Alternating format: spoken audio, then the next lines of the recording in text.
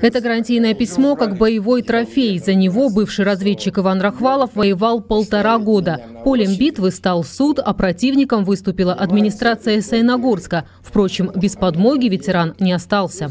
Ветераны Красноярского строя давали туда же это ходатайство. Вот. Прокуратуру.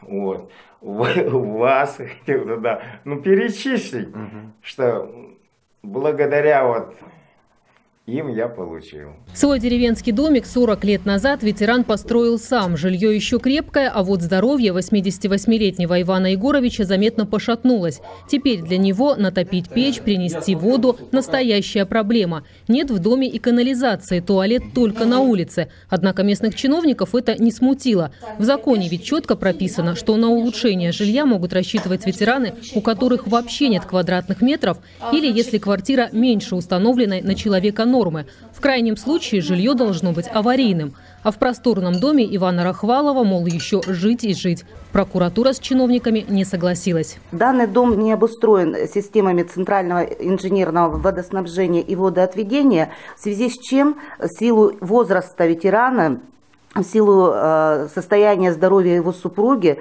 в данном случае действительно Рахвалов Иван Егорович нуждается в улучшении жилищных условий.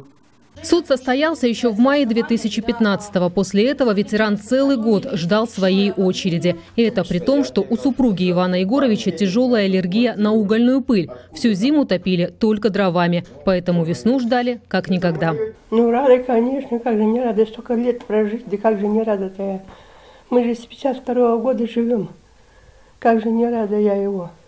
Всю жизнь вместе. Завершение войны за квадратные метры в начале мая семья Рахваловых считает весьма символичным. И теперь каждый год 9 числа они будут отмечать День двойной победы.